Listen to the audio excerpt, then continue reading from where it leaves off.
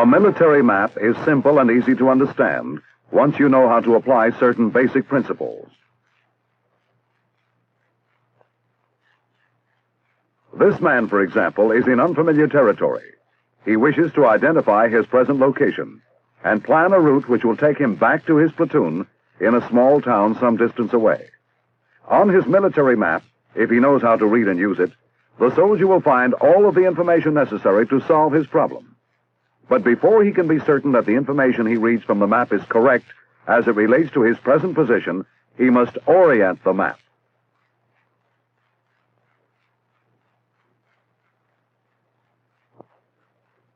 To orient means to adjust.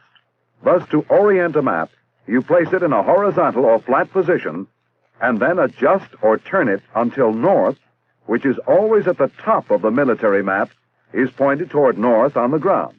When this is done, the symbols on the map will occupy the same relative positions that the features they represent occupy on the ground.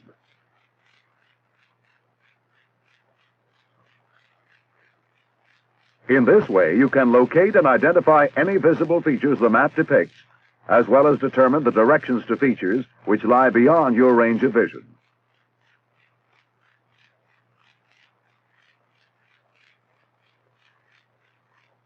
There are several ways to orient a map, but one of the fastest and most accurate is with a compass. This is a lensatic compass, commonly issued for use in the field. It takes its name from the magnifying lens, which is mounted in this arm. The most important features of this compass are, first, a sighting device consisting of this sighting slot and this sighting wire, and second, a free-floating dial indicator.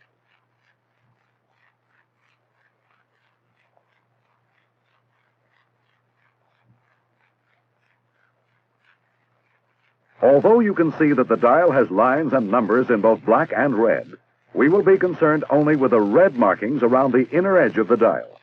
These red figures indicate degrees, the most commonly used unit of angular measurement in map reading.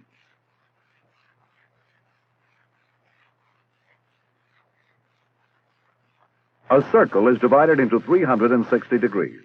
If you stand in its center, these directions, as indicated by the degree marks, radiate out from you like the spokes of a wheel.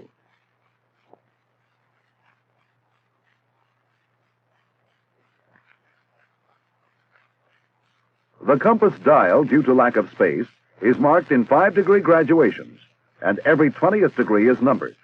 The magnetic arrow on the floating dial always points to magnetic north, so each degree mark around the dial indicates a specific direction away from magnetic north.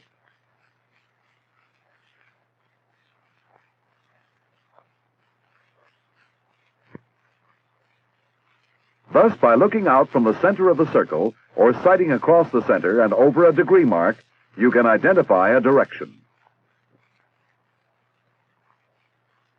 By holding the compass to your eye in this manner, and lining up the sighting slot, the sighting wire, and your target, you can read the direction of your target.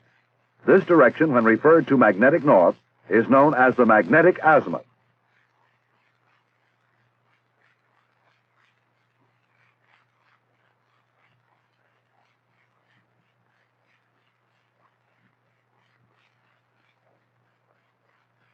Other features of this compass for use in daylight operation are, first, this index line over the compass dial, permanently aligned with the sighting slot and wire.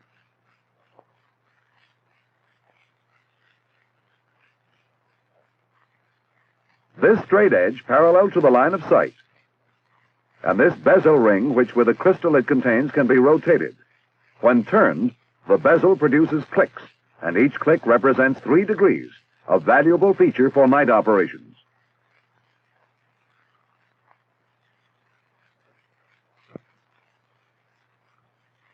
The first step in orienting a map with a compass consists of studying the map's declination diagram, which is found in the marginal information at the bottom of the map sheet. A declination diagram is placed on most maps to enable the user to convert a direction based on one north line, for example, true north, to a direction based upon another, such as magnetic north. This becomes less complicated once you recognize that 3 separate and distinct designations of north are encountered in using a military map.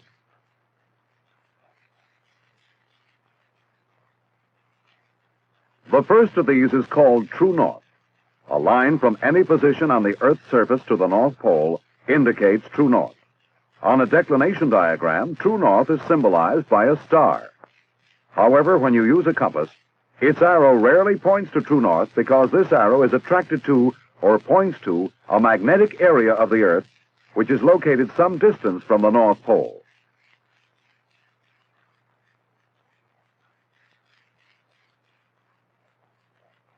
Magnetic north is indicated in the declination diagram by a line topped with half an arrowhead. Magnetic north is the reference used when working in the field with a compass. We can see, then, that true north and magnetic north are 2 of the 3 norths we must consider. The third designation of north on the military map is grid north. This is used when working on the map itself. As you know, the military map is printed with a grid, which is used for locating points on the map. For technical reasons, few of the grid lines which run from the bottom to the top of each map actually point to true north.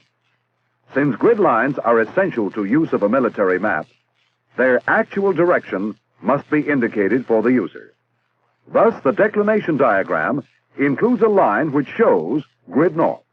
This line is symbolized by the letters GN. These, then, are the 3 norths encountered in map reading.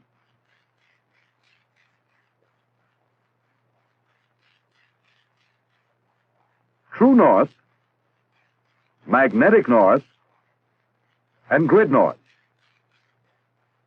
To be of value to the map user, their relationship to each other must be known.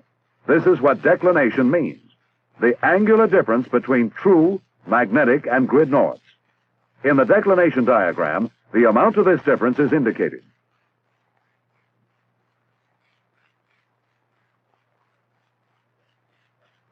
It must be emphasized, however, that declination diagrams will vary with each map and may look more like this, or this, or this. When using a map with a compass, always begin by studying the declination diagram and analyzing the information it contains. Then apply this information to your individual situation. For example, in plotting a line on a military map, you will use grid azimuth, which is based on grid north. But a compass reading gives you magnetic azimuth. So before you can apply a compass reading to your map, you must convert from magnetic to grid azimuth. The declination diagram is used for this conversion since it shows the angular difference between grid and magnetic north, which is called the GM angle. The GM angle states the amount of declination and the direction from grid to magnetic north. In this case, magnetic north is a total of 15 degrees east of grid north. The GM angle will vary with each map. Here it is 5 degrees west, meaning that magnetic north is 5 degrees west of grid north. And here the GM angle equals 4 degrees west. Remember, the GM angle indicates only the declination or angular difference between grid and magnetic north.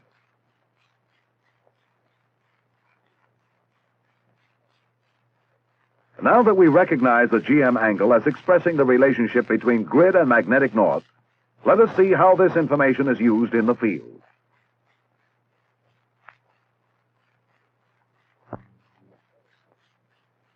This man, as you remember, is about to orient his map using his compass. He has been studying the declination diagram and has determined the GM angle at this location. He now places the straight edge of his compass along any north-south grid line on the map and then rechecks the declination diagram for the GM angle. It is 5 degrees west, meaning that magnetic north is 5 degrees west of grid north. The soldier now carefully rotates the map, keeping the straight edge of his compass aligned with the grid line, until the difference in direction between the arrow of the compass and the black index line is equal to the difference in direction as shown in the declination diagram.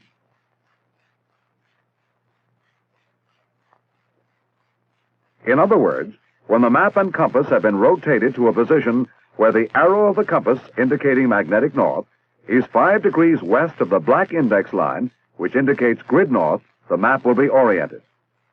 This is how the GM angle is used in orienting a map with a compass, and it is equally important in measuring directions once the map has been oriented.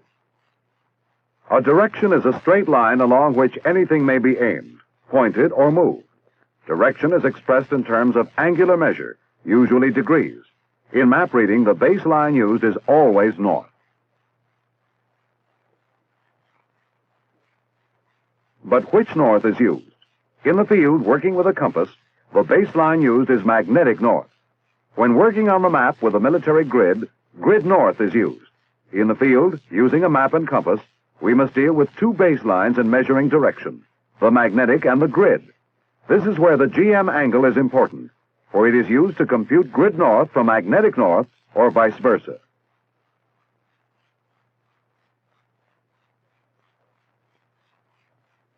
To demonstrate how this works, let us assume that we wish to determine the direction of a point which lies out here. Direction, remember, is a straight line. So we draw in a direction line between our compass and the point with which we are concerned.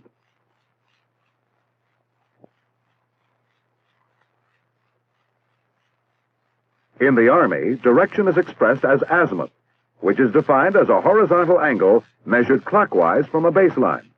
Azimuths are named for the baselines from which they have been measured. True azimuths from true north,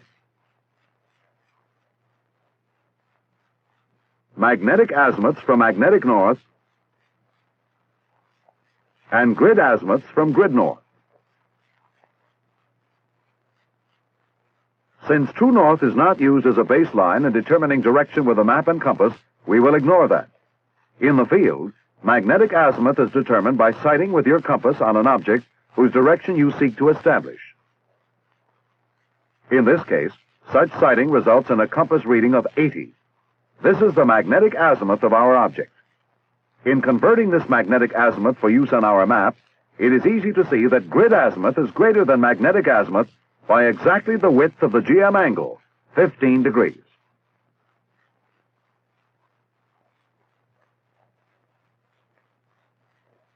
Thus, to find grid azimuth for map use, add the GM angle of 15 degrees to the magnetic azimuth of 80 degrees, and you obtain 95 degrees as the grid azimuth. When magnetic azimuth is less than grid azimuth, add the GM angle. Elsewhere on Earth, the magnetic azimuth may be greater than the grid azimuth. So the GM angle of 15 degrees, as shown on the declination diagram, is subtracted from the magnetic azimuth. This gives us a grid azimuth of 80 degrees. To go from map to compass operation, you convert grid azimuth to magnetic azimuth in the same way. Here, grid azimuth is 95 degrees. Since magnetic azimuth is obviously less than grid azimuth, you will subtract the GM angle of 15 degrees from the grid azimuth of 95. Thus, the magnetic azimuth is 80 degrees.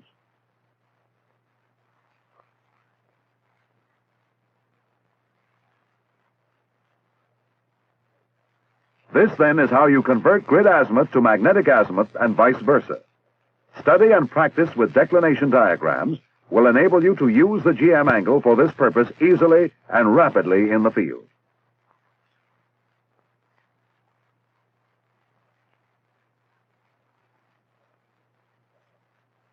Now that we have seen some of the principles involved in using a military map with a compass, Let us see how they are applied in field situations. In the field, particularly under combat conditions, it frequently is necessary to determine a location which is not specifically identified on the map. This man, for example, sees this armored personnel carrier and wishes to report its location to his superiors. Although the APC is not in a position which is identified on his map, the soldier can determine its location by applying the principles we have just seen demonstrated and performing what is known as intersection.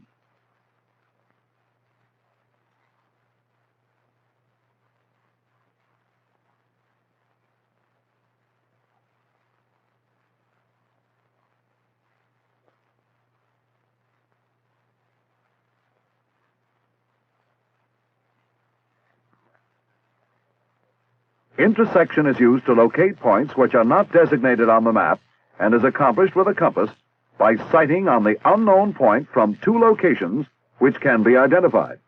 To illustrate, suppose that the APC we just saw was located approximately here. We first observed it from this road junction. To identify the point where it is situated by means of intersection, first we note our location at the road junction on our map. Then we sight our compass on the unknown position and record the magnetic azimuth of 145 degrees.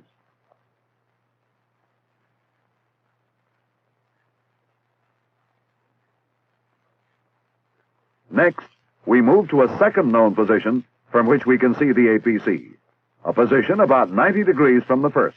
We will use this road junction. Again, we note our position on the map and sight on the unknown point. This time, the magnetic azimuth is 205 degrees. We record this figure on the map, and our next step is to convert magnetic to grid azimuth.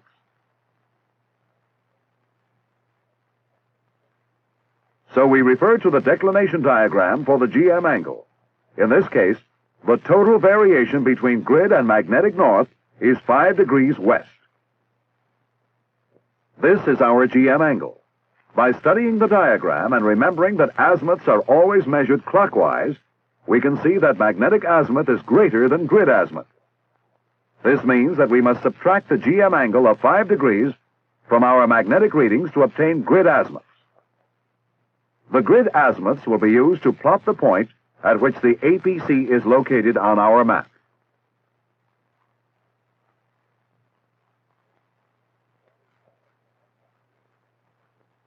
For this plotting, a protractor is used. Protractors come in several forms, but all of them divide a circle into units of angular measure, in this case degrees. A scale of the degrees within a circle is printed around the outer edge. In the center of the protractor is an index mark.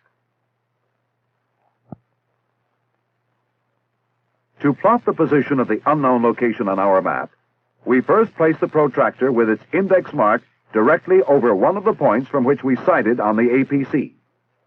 0 on the protractor must always face grid north, and the index lines must run exactly parallel to the grid lines on the map if plotting of the grid azimuth is to be accurate. When the protractor is precisely placed, we read the grid azimuth obtained at this location, 200 degrees, and mark this point on the map.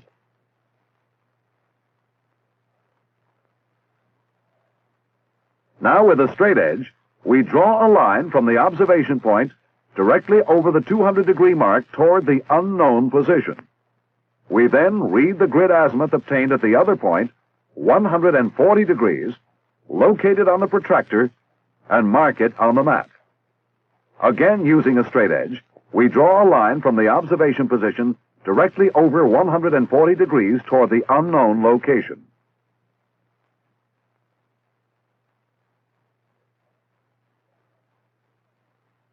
The spot where the two drawn lines intersect is the location of the APC. On our map, it can now be read and reported as coordinates 387113.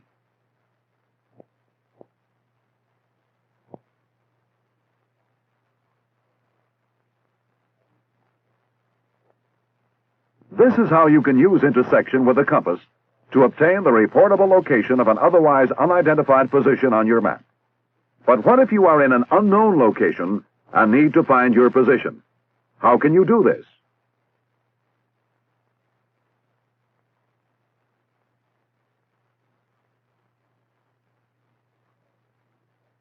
It can be done by means of what is called resection. It is performed by sighting on two features which appear on both the ground and the map.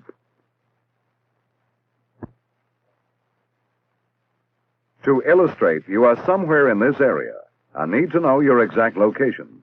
From your position, you can see this church and this farmhouse, both of which appear on your map.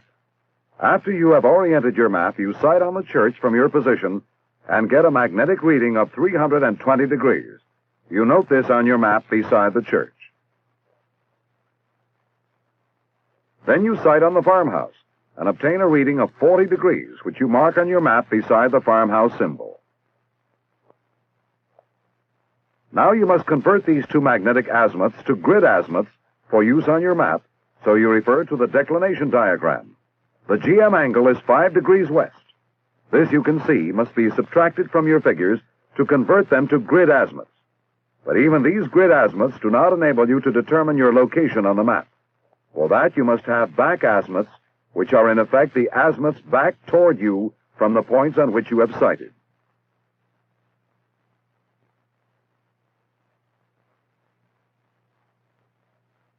Back azimuths are obtained by adding 180 degrees to any azimuth which is less than 180 degrees, or when an azimuth is more than 180 degrees, by subtracting 180 degrees from it.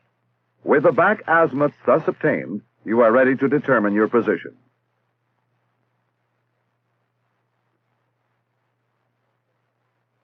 To do this, position your protractor on the map over the feature you first sighted on, the church.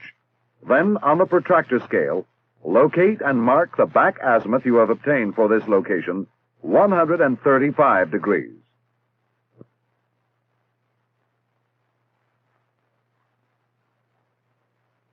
With this completed, remove the protractor and with a straight edge, draw a line from the point on which you sighted the church back toward yourself, passing through the point marked at 135 degrees. Then repeat this process at your second reference point, the farmhouse. Be certain that the placement of your protractor is correct. Then, on its scale, locate and mark the back azimuth you have for this position. It is 215 degrees.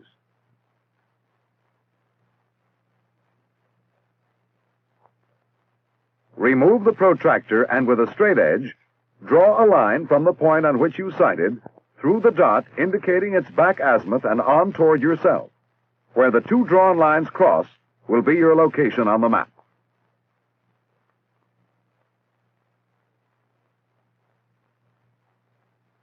In the field, resection to locate your position on the map is performed in the same way.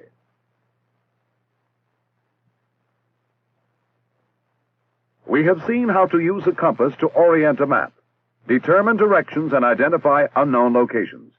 Now let us observe how it can be used to get you across country. This man is here, in this barnyard at 104-673. He must get to Chickamuxon, here to rejoin his platoon. For tactical reasons, he must avoid this highway, which means that he will have to go across country to reach his destination. To use his map and compass to get him there, the soldier first places a straight edge on the map, connecting his present location with his destination, and draws a line along it between these 2 points. Next, he positions his protractor with its index point directly over his present location and its index lines properly parallel to the grid lines. He then reads the protractor scale at the point where it lies over the line he has drawn, in this case, 265 degrees, and notes this figure down.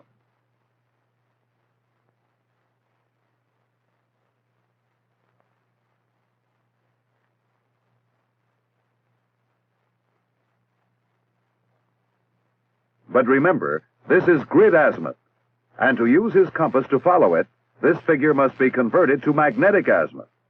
The declination diagram tells the man that the GM angle is 5 degrees west, and magnetic azimuth is greater than grid azimuth. So he knows that to obtain magnetic azimuth, he must add the value of the GM angle to his grid reading. This results in a magnetic azimuth of 270 degrees. and the soldier is ready to set his compass for cross-country use. He first rotates the compass until the line indicating 270 degrees lies directly beneath the black index line. Then he turns the bezel ring until the long, luminous line on its crystal lies directly over the north-seeking arrow. Now his compass is set for the desired azimuth, and he is ready to move.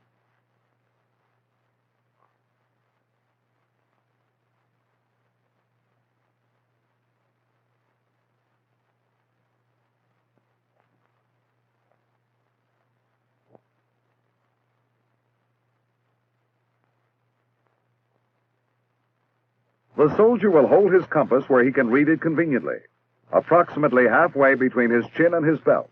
In this position, it has been demonstrated that the compass will not be affected by any metallic equipment he may be wearing. With the compass in place, the soldier now slowly turns until the arrow is directly under the long, luminous line on the bezel.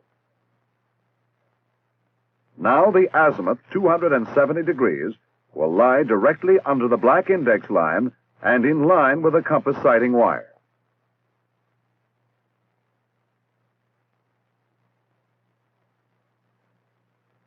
By following the line thus established out over the front cover, the compass user can determine his azimuth. If a landmark which can be kept in constant view lies on his course, it may be used as a steering mark. But even when no such reference points are available, the soldier, once he has set his compass, can maintain a direct heading toward his destination by frequently referring to his compass, checking his course, and resighting along the route. However, be careful when taking readings not to have metallic objects, such as the helmet, too close to the compass.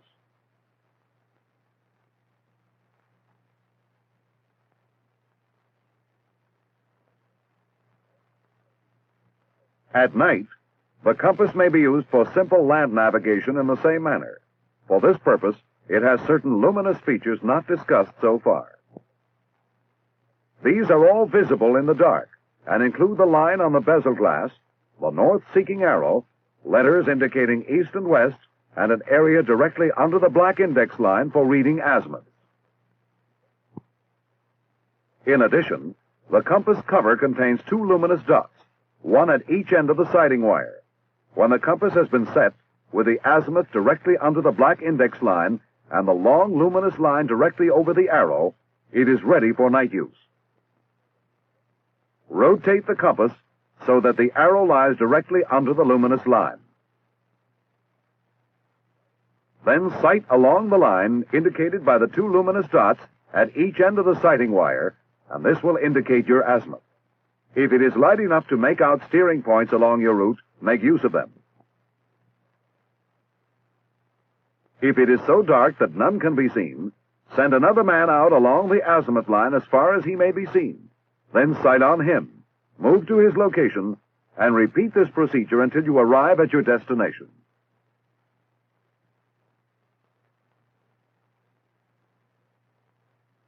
If neither of these aids is available, continual reference to your properly set compass will accurately guide you to your goal. These, then, are the basic principles of using a map and compass in the field to determine locations or to guide you across country by day or night.